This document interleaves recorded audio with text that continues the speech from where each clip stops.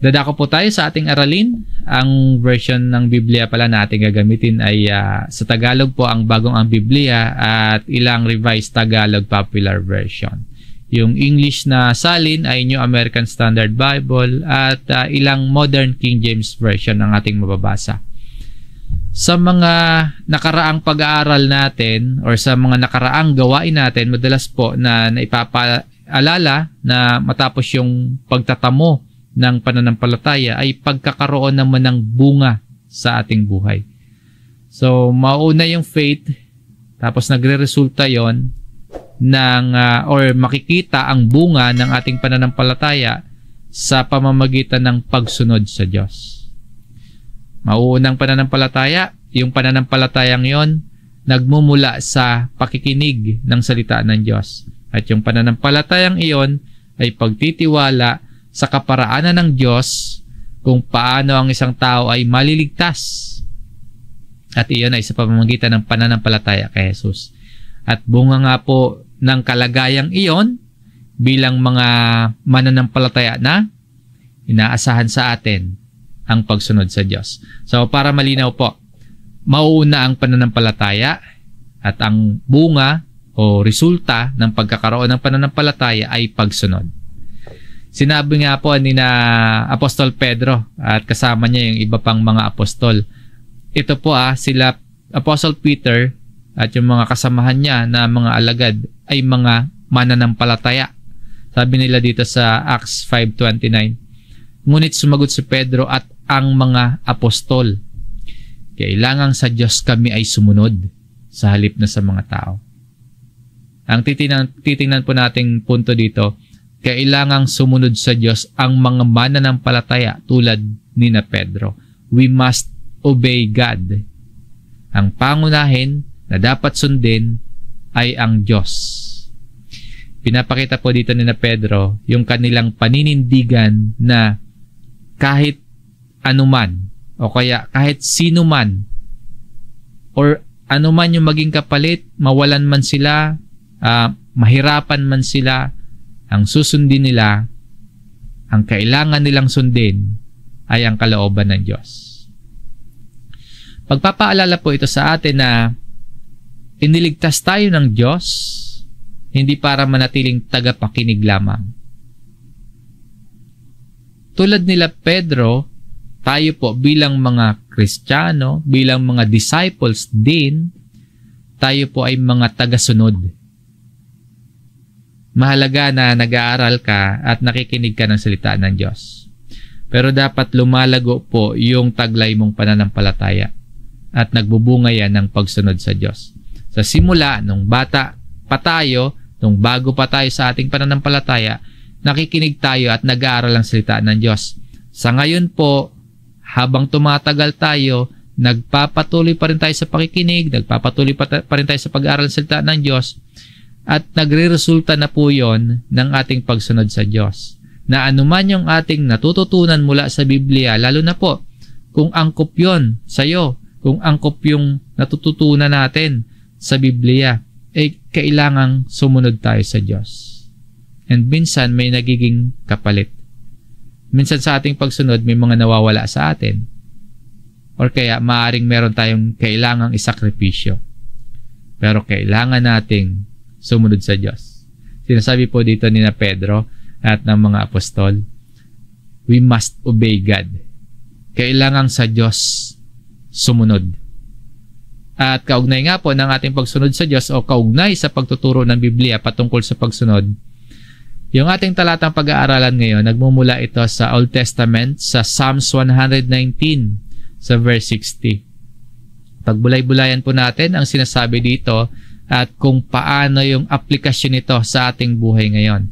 And again, tandaan po natin, kailangan ang pagsunod sa Diyos. Ngayon, since kailangan pala at resulta ng pagkakaroon natin ng pananampalataya ay ang pagsunod, ano ang sasabihin sa atin ng Psalms 119 verse 60? Basahin po natin. Ako'y nagmamadali at hindi naaantala na sundin ang iyong mga utos. I hastened and did not delay to keep your commandments. So, matapos sabihin ng psalmist na iniingatan niya ang salita ng Diyos sa kanyang puso. Kapag binasa po kasi natin yung chapter 119, makikita natin doon, sinasabi niya, iniingatan niya ang salita sa kanyang puso. And matapos siyang sabihin, ipinahayag ng kanyang mga labi ang mga batas ng Diyos. At matapos niyang hilingin na mabuksan ang kanyang mga mata sa kahangahangang mga bagay sa kautusan ng Diyos. At mababasa pa natin doon na sasabihin niya na inaalala niya ang batas ng Panginoon, na iniingatan niya ang mga tuntunin ng Diyos, at marami pa tayong mababasa patungkol sa salita ng Diyos.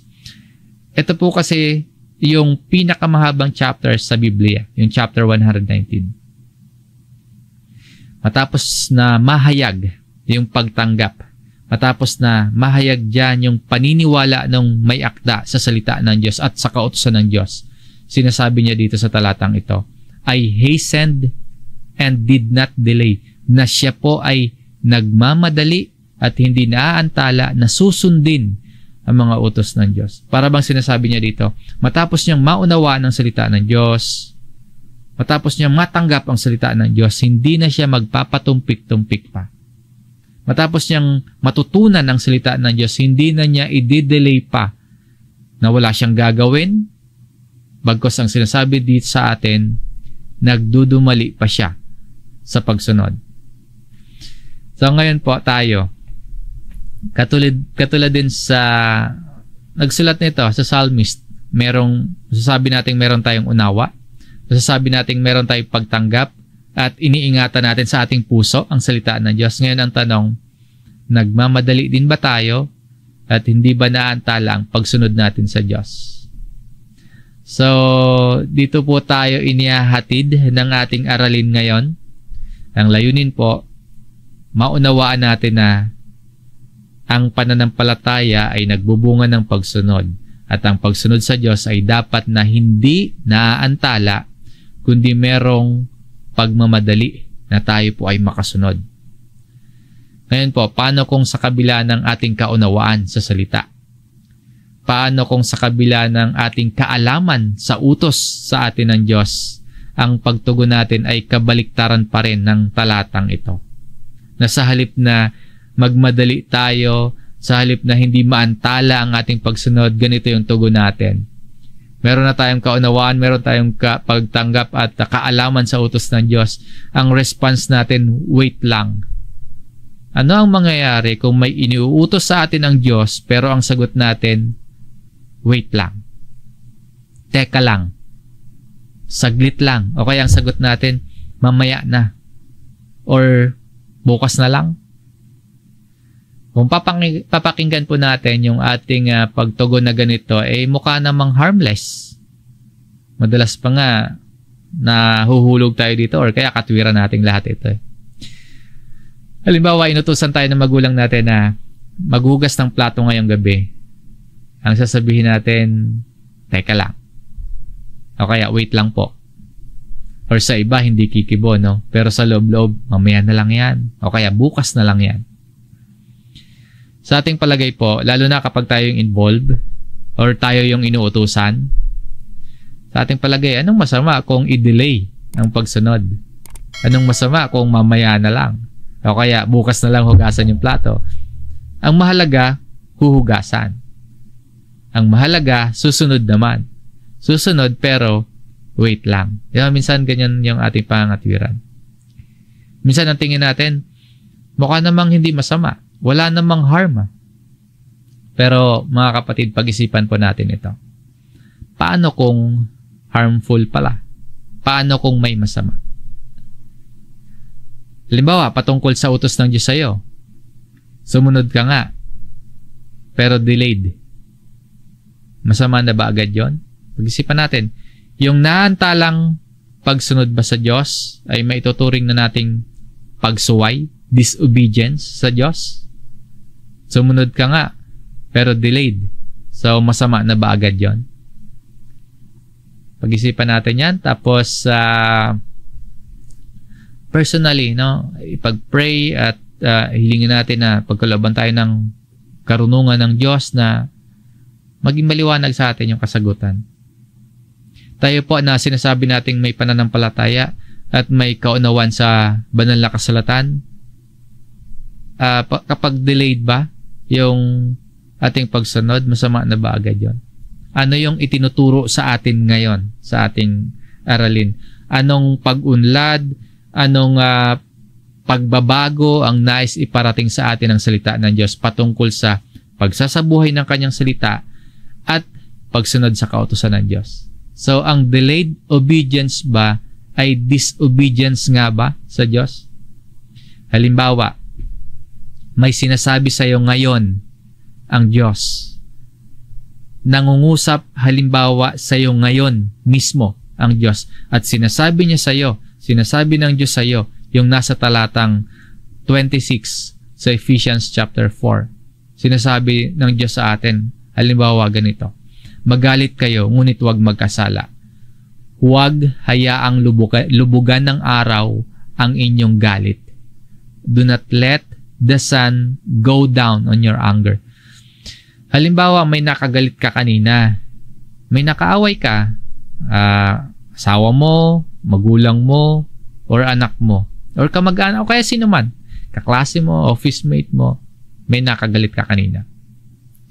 Sinasabi sa atin ngayon dito, do not let the sun go down on your anger. Sasabihin ba natin, wait lang, kaya bukas na lang. Papatawarin naman eh. Makikipagkasundo naman, aalisin ko naman yung galit ko, pero mamaya na. O kaya, bukas na lang. Kuha niyo po yung point. Susunod naman, pero wait lang. Mangangatwiran pa din ba tayo na harmless naman siguro kung mananatili pa din akong galit sa kaaway ko ngayon? Ano naman kung lubugan ng araw ang galit ko? Paano kapag ganyan? Nagkakasala na ba tayo? Ang sabi pa naman sa talatang ito, huwag magkasala or do not sin. At kapag binasa natin yung kasunod na verse sa verse 27, sinasabi doon, huwag nating bigyan ng pagkakataon ng dyablo na magkasala tayo. Kaya ang commandment dito, huwag hayaang lubugan ng araw ang inyong galit. So, pag-isipan po natin, kung dinidelay natin yung pagsunod na magpatawad agad o kaya dinidelay natin na alisin agad yung galit, tila ba sinusuway na natin yung sinasabi ng talatang ito? O kaya paano naman yung ibang katuruan sa atin ang salita ng Diyos? Ang sabi po sa ibang bahagi ng Biblia, o kaya yung ilang mga practical na utos sa ating mga Kristiyano, ano yung mga practical na utos sa mga mananampalataya, di ba? Sumampalataya kay Jesus, manalangin palagi, ibigin ang Diyos, tumulong sa kapwa, ipangaral ang salita, di ba? Yan yung mga mababasa natin. Gawing alagad ng Panginoon ang marami, ano pa, maglingkod sa Diyos, layuan ang mga kasalanan, mamuhay ng matuwid, at marami pa. Yung mga mababasa natin. So matapos nating marinig yon, matapos nating maunawaan yung mga yon, ano yung response natin? Wait lang? Saka na lang? Or bukas na lang? Muli po pag-isipan natin, baka nga, or maaaring sinasabi nga kaya ng Biblia sa atin na yung naantalang at naantalang pagsunod ay nauuwi sa ating pagsuway sa Diyos, na nabibigyan natin ng pagkakataon ng dyablo, na yung naantala nating pagsunod ay maaaring maghatid sa atin na tayo po ay magkasala. O kaya po, tingnan natin sa ganitong perspektibo. Ang naantalang pagsunod, naantalang pagtanggap ng pagpapala. Merong pagpapala sa ating pagsunod sa Diyos. Kung paanong may parusa sa pagsuway, ay meron namang pagpapala sa pagsunod sa Diyos. Makikita natin yan sa kasaysayan ng mga Israelita. Sa paglabas nila sa Egypt hanggang sa paglalakbay nila sa ilang patungong lupang pangako, nakita natin na may parusa tuwing sila ay sumusuway at merong pagpapala naman sa kanilang pagsunod. And mababasa natin sa aklat ng Deuteronomy sa chapter 28, ang sinasabi ng salita ng Diyos para sa mga Israelita na merong pagsuway at merong pagpapala sa Diyos. Ang nakasulat po sa verse 1 sa Deuteronomy chapter 28, kung susundin lamang ninyo si Yahweh na inyong Diyos at tutuparin ang kanyang mga utos Ang mga sumunod pong sasabihin dito sa chapter na ito, kung susundin lamang nila ang Diyos, ay matatanggap nila ang pagpapala. Anong pagpapala yon? Kaligtasan nila, mabiblessed yung kanilang hanap buhay, sakahan, alagang hayop. Matatanggap nila yung kanilang mga pangangailangan para sa ikabubuti nila kung sila po ay susunod sa Diyos. And maaari din nating makita yan sa ating buhay ngayon. Kapag meron pong utos sa atin ang Diyos sa bawat pagsunod natin, maaari na meron din pong katumbas na pagpapala para sa atin.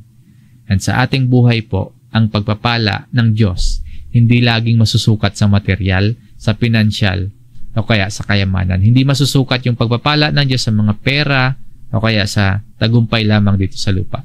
Bahagi lamang po yan at hindi ang kabuuan.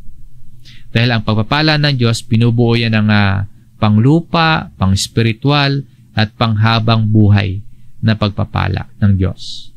Sinasabi nga po sa talata namang ito dito sa unang Timoteo, sa sulat ni Apostle Paul, sa chapter 4 verse 8, sapagkat ang pagsasanay sa katawan ay may kaunting pakinabang. Subalit ang kabanalan ay may kapakinabangan sa lahat ng bagay na may pangako sa buhay na ito at sa darating. May pangako sa buhay na ito at sa darating. Yung godliness daw po. Ibig sabihin, yung pagiging makadiyos o pagsunod sa Diyos, may pakinabang sa buhay na ito at sa buhay na darating. And ang pakinabang, hindi lang sa pera, hindi lang sa mga material na bagay. Ang pakinabang at pagpapala, kasama dyan yung spiritual na kalagayan at karanasan.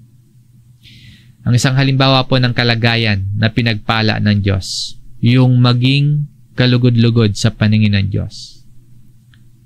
Yung kinaluluguran ka ng Diyos ay isang malaking pagpapala na. Basahin po natin yung verse 1. Kaya nga, mga kapatid, isa pang bagay ang ipinapakiusap namin at ipinapayo sa inyo sa pangalan ng Panginoong Hesus. Sana'y lalo pa ninyong pagbutihin ang inyong pamumuhay ngayon. Pamumuhay sang-ayon sa inyong natutuhan sa amin upang kayo'y maging kalugod-lugod sa Diyos. So, magiging kalugod-lugod sa Diyos sa ngayon. Paano magiging kalugod-lugod sa Diyos? Sikapin natin o lalo nating pagbutihin ang ating pamumuhay ngayon na nakaayon po sa mga natututunan natin sa mga aral ng mga apostol. Muli po, hindi lang sa material at sa lapi masusukat ang pagpapala ng Diyos, kundi maging sa kalagayan at karanasan. Yung malugod sa atin ang Diyos, isa ng malaking pagpapala para sa atin. Wala man, o wala pa man, o wala talaga yung material na kasaganaan. Pero kung nalulugod sa atin ang Diyos, isang malaking pagpapala yan sa atin ngayon. So malinaw po, may nakalaang pagpapala sa ating pagsunod sa Diyos. Ngayon, kung inaantala natin yung ating pagsunod, inaantala din natin yung pagpapala para sa atin ng Diyos. Mararanasan mo na sana na magkabati kayo, payapa yung isip mo, magkabati kayo ng asawa mo, kung nakagalit mo kanina, no? Mararanasan mo na sana na maayos yung relasyon mo sa magulang mo. Mararanasan mo na sana yung karanasan o kalagayan na mapayapa kung hindi mo palulubugan ng araw yung galit mo. Kapag inantala mo ang pagsunod, maantala ang pagpapala ng Diyos. Kapayapaan yung ibiblessed sana sa atin ng Diyos. Pero kung pinapatagal pa natin yung ating galit, naantala din yung pagpapala niya. Or halimbawa pa, natutunan mo na iniutos ng Panginoong Hesus na gawing alagad ng Panginoon ang maraming tao at turuan sila ng katuruan ng Panginoon. Kung susunod agad tayo, mararanasan na sana natin yung pagpapala ng Panginoon. Paano? Anong pagpapala yon? Yung maging kasangkapan po tayo para maisulong ang Ebanghelyo, isa ng malaking pagpapala. Yung maranasan natin na kasama tayo at kabahagi tayo sa pagpapalaganap ng salita ng Diyos, isang pagpapala yon. Lalo na yung epekto nun sa ibang tao kung tatanggapin nila o mababalitaan nila at papaniwalaan nila ang ebanghelyo. Pagpapala na po para sa atin na maranasan natin na maging alagad ng Panginoon. At lalong pagpapala yung resulta na ang ibang tao ay maakay din natin sa biblikal na pananampalataya sa Diyos. Diba nakakaramdam tayo ng pagiging blessed kapag may nabalitaan tayong tinanggap ang ebanghelyo at naakay sa biblikal na pananampalataya. Pero kapag pinostpone natin, kapag dinelay natin, kapag teka lang tayo, wait lang po tayo sa pagsunod sa Diyos, naantala din ang pagpapala sa atin ng Diyos. Yung pakinabang na nakalaan sa atin dahil sa pagsunod, nade-delay din. And tandaan po natin, hindi yung pakinabang ang magiging dahilan ng ating pagsunod. Kapag may nabasa tayo sa Biblia, kapag nabasa mo at talagang nangungusap sa iyo ang Diyos sa pamamagitan ng Biblia at naunawaan mo na may nais ipagawa ang Diyos sa iyo ngayon, na personally may sinasabi sa iyo ang Diyos na kailangan mong gawin, kailangan mo po iyang sundin. May pakinabang man o wala. Kapag ang Diyos po, yung ating makapangyarihan at kataas-taasang Diyos, yung may likha sa iyo, yung may likha ng lahat ay nag-utos sa atin, iyan po ay utos na kailangang sundin. Kapag may iniuutos sa atin ang Diyos, ang tanging pagtugon lamang natin, sumunod. Siya yung manlilikha, tayo ay nilikha. Siya yung pinakadakila at mataas, tayo kanyang create lamang. So kapag may iniuutos sa atin, ang lumikha at ang Diyos natin, ang tanging response lamang natin ay sumunod. Agree? Maaring agree yung sagot mo po. At maaring nauunawaan mo yung pinag-uusapan natin ngayon. Kaya lang po, bakit kaya naaantala pa din ang ating pagsunod? Ano-ano yung nakakahadlang sa ating agarang pagsunod sa Diyos? Ito po yung mga nakakapagpabagal, mga posibleng nakakapag-delay sa ating pagsunod sa Diyos. Ito yung ilan sa mga maaaring mga hadlang. Una, pagmamataas. Ito yung pagmamalaki na kinamumuhian ng Diyos. Ang ma-pride, sobra-sobra yung pagtingin o sobra-sobra yung pagtitiwala sa kanyang sariling kakayahan, at ito yung dahilan kung bakit malayo ang kanilang isipan sa Diyos. Ang pagmamataas ay isa sa mga hadlang kung bakit ayaw tanggapin ng tao si Jesus.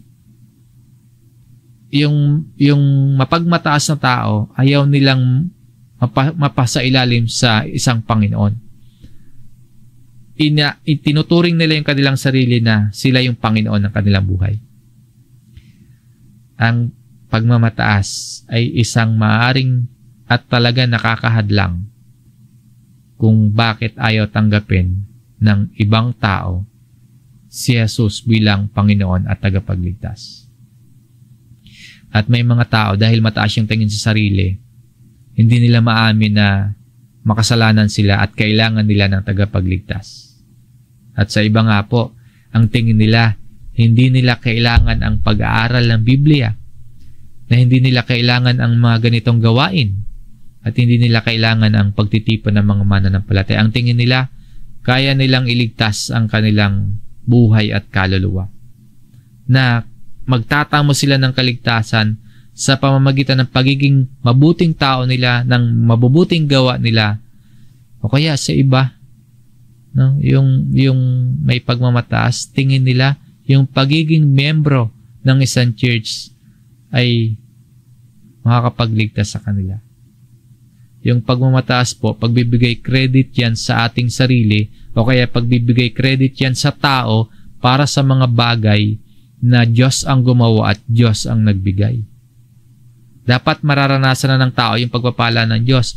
Kaso, dahil sa pride, dahil sa pagmamataas, hindi matanggap yung biblical na pagsunod kay Jesus. Dahil sa pride, hindi makapagpatawad. Dahil sa pride, hindi makapaglingkod. hindi makapaglaan ng oras para sa salita ng Diyos. Masyadong puno yung sarili para isipin ang Diyos. Masyadong puno yung sarili para isipin ang salita ng Diyos at mga utos ng Diyos. So, sinasabihan tayo ng salita ng Diyos na kapag nagkasala tayo, magsisi at tumalikod sa kasalanan. Ano yung isang dahilan kung bakit nahadlangan yung pagsunod sa pagsisisi at pagtalikod sa kasalanan? Pagmamataas sa ating pangangasiwa at pakikibahagi sa loob ng ating tahanan o kaya sa ating pamilya. O kaya maging sa ating church, may mga utos sa atin ng Diyos. Mababasa natin sa banal na kasulatan at madalas ganito yung utos: makipagkasundo, magkaroon ng pagkakaisa. Ngayon, ano yung hadlang? Bakit ang isang tahanan o kaya ang isang community o ang isang church o ang isang pamilya ay hindi nagkakaroon ng pagkakasundo at pagkakaisa? Pagmamataas ang hadlang. Ang utos magkaisa, makipagkasundo. Halimbawa, may tampuhan sa loob ng pamilya. Or halimbawa, may hindi pagkakaintindihan sa loob ng church. Or sa community nga, may hindi pagkakaintindihan. Or halimbawa, sa asawa mo, sa magulang mo. Bakit hindi masunod ang utos na makipagkasundo? Na alisin ang galit, na magpatawad. Madalas po ang dahilan, pagmamataas. Nakakahadlang po ang pagmamataas sa ating pagsunod sa salita ng Diyos. Ikalawa na maaaring hadlang sa ating pagsunod, komportableng sitwasyon o comfort. Minsan, madalas may mga utos sa atin na Diyos na kailangan nating bitawan yung ating kaginhawahan. May mga utos minsan sa atin ng Diyos na kailangan nating i-give up yung comfort na meron tayo. Bahagi po ito ng digmaan sa loob natin. Yung gusto natin versus or laban sa kagustuhan ng Diyos. Inuutusan tayo na magpatawad. Komportable na tayo na galit or ayaw nating patawarin yung tao na yun. Kaya ayaw nating magpatawad. Inuutusan tayo na mag-aral at mangaral ang salita ng Diyos. Komportable na tayo na hindi nag-aaral at hindi nangangaral ang salita ng Diyos. Inuutusan tayo na mag-akay ng iba. Minsan, hindi tayo sumusunod kasi maalis tayo sa komportableng pakiramdam at komportableng sitwasyon o kalagayan. May mga pagkakataon po na kung susunod ka sa utos ng Diyos, kailangan mong bumitaw sa comfort zone mo. Karaniwan, ang gusto natin maging maginhawa or komportable. Hindi naman po masama yun. Pero may mga pagkakataon na inuutosan tayo ng Diyos at maaaring maalis tayo sa komportableng sitwasyon natin.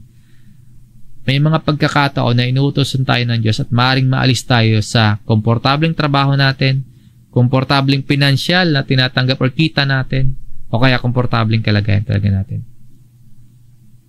May mga utos sa atin ng Diyos.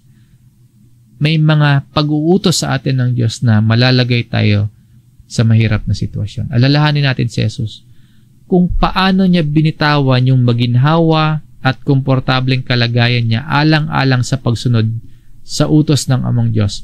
Basahin po natin itong Philippians chapter 2, verse 6 hanggang 8. Tapos obserbahan natin, tingnan natin, alalahanin natin kung paanong ang Panginoong Hesus binitawan niya ang maginhawa at komportableng kalagayan niya alang-alang sa pagsunod sa utos ng Diyos. Verse 6, na siya, ang Panginoong Hesus ito, bagamat nasa anyo ng Diyos, ay hindi niya itinuring na isang bagay na dapat panghawakan ang pagiging kapantay ng Diyos. Napaka-komportable na ng kalagayan ni Jesus. Pero, sabi po dito sa verse 7, kundi hinubaran niya ang kanyang sarili at kinuha ang anyong alipin na naging katulad ng tao. At palibhasay natagpuan sa anyo ng tao, siya'y nagpakababa sa kanyang sarili at naging masunurin hanggang sa kamatayan, maging sa kamatayan man sa krus. Alang-alang sa utos ng Diyos at pagnanais ni Jesus na masunod ang utos ng Amang Diyos para sa kapakanan natin, iniwan ni Jesus yung maginhawang kalagayan niya. Sa ibang talata na mabasa natin, iniwan ni Jesus ang mayamang kalagayan niya, nag-anyong dukha siya alang-alang sa atin. Nagpakita si Jesus ng isang halimbawa para hindi natin isipin na ang pagsunod sa Diyos ay puro kaginhawahan lamang. Minsan ang kaginhawahan o yung komportableng sitwasyon, yan pa yung i-give up natin para lamang tayo makasunod sa Diyos. Pinakita sa atin ni Jesus na ang pagsunod sa Diyos hindi laging komportable. At again, madalas nga po ang kaginhawahan pa ay nagiging hadlang sa ating pagsunod sa Diyos. At ang isa pang posibleng dahilan ng pagka-delay natin na sumunod sa Diyos, duda. Ito yung nagdududa tayo sa magiging resulta kung susunod tayo sa Diyos. Halimbawa nga pang utos sa atin ngayon, gawing alagad yung mga tao. Nuutosan tayo ngayon ng Diyos, gawin alagad ang maraming tao. Turuan sila ng katuruan ni Kristo. Bahaginan mo sila ng salita ng Diyos. Yung mga kakilala mo, sharean mo ng gospel. Yung mga kaibigan mo, yung pamilya mo, sharean mo ng gospel. Ang nangyayari, nagduda ka. Niisip mo, baka hindi siya makinig. Baka hindi naman nila tanggapin. Baka hindi naman sila maniwala. So nagdududa ka. Baka pagtawanan lang nila tayo. Baka i-reject lang nila tayo. Ang utos, i-share mo yung gospel. Nagdududa nga tayo. Baka hindi sila maniwala. Baka i-reject lang nila tayo. Baka hindi naman sila magpunta kapag inimbitahan natin. Baka hindi nila ako pansinin. Or baka iwasan na nila ako. So marami pang baka. Marami pang duda. Habang lumalaki po yung duda natin, mas tumatagal yung ating pagsunod. Ang utos, gawin mong alagad ng Panginoon ang maraming tao. Turuan sila ng katuruan ng Panginoon. Nagdududa tayo. So habang tumatagal, habang lumalaki yung duda natin, tumatagal din po yung ating pagsunod. Kapag nagdududa tayo, naaantala yung ating pagsunod. Habang pinagdududahan natin, ang pangungusap, ang pakikipag-usap sa atin ng Diyos, nade-delay din po yung ating pagsunod sa iniuutos niya. Baka kasi hindi naman niya ako pakinggan. Baka i-reject niya kung sisharean ko siya ng gospel. Baka makornihan siya sa akin. Baka iwasan niya na ako. Ang daming duda.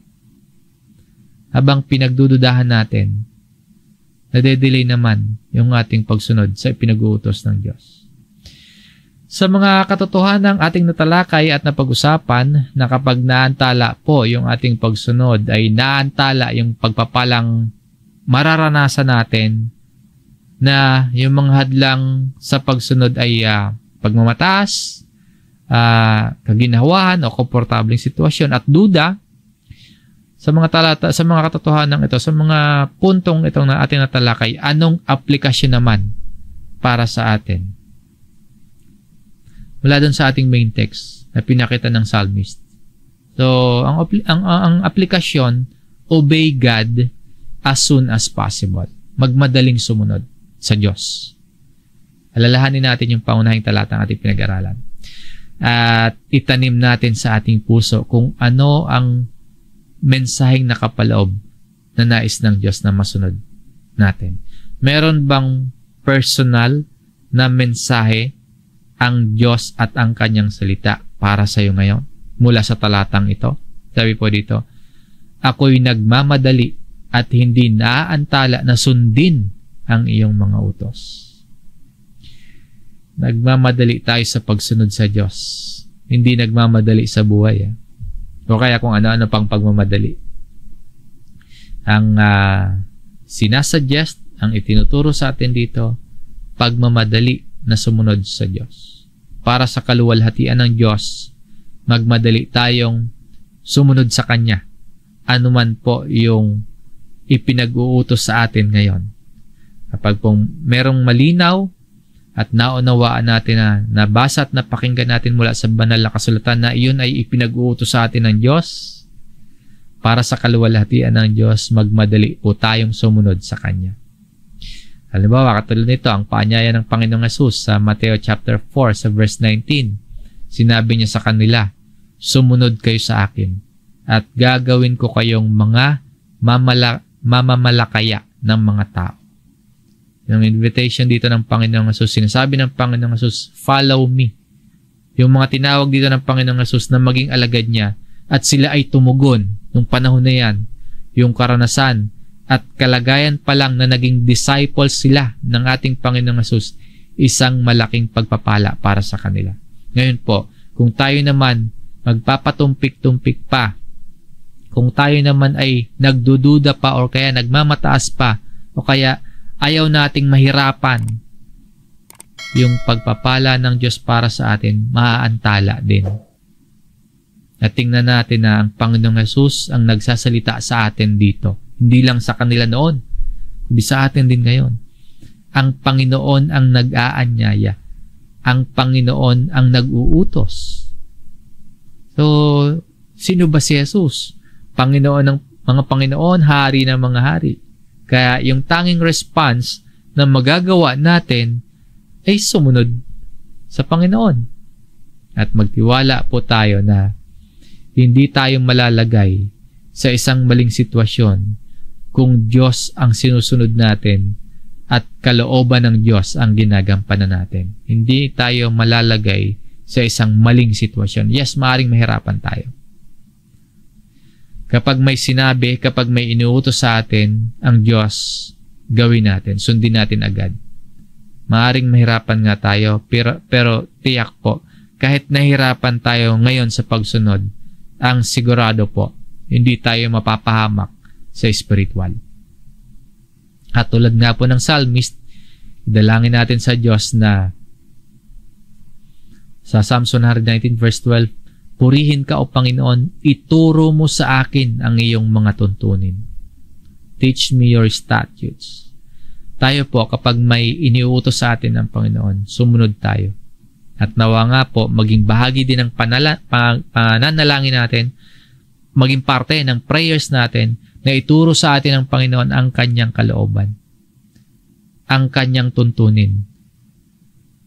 At hindi po magkakamali ang tuntunin, ang kalooban, ang salita ng Diyos. Kapag sinasabi sa atin ng Diyos na magpatawad tayo. Magdumali. Yan sinasabi sa atin. Kapag tinuruan tayo ng salita ng Diyos na humingi tayo ng tawad, humingi na nga tayo ng tawad. Kapag sinabi sa atin na huwag patagalin yung galit, huwag nang patagalin yung galit.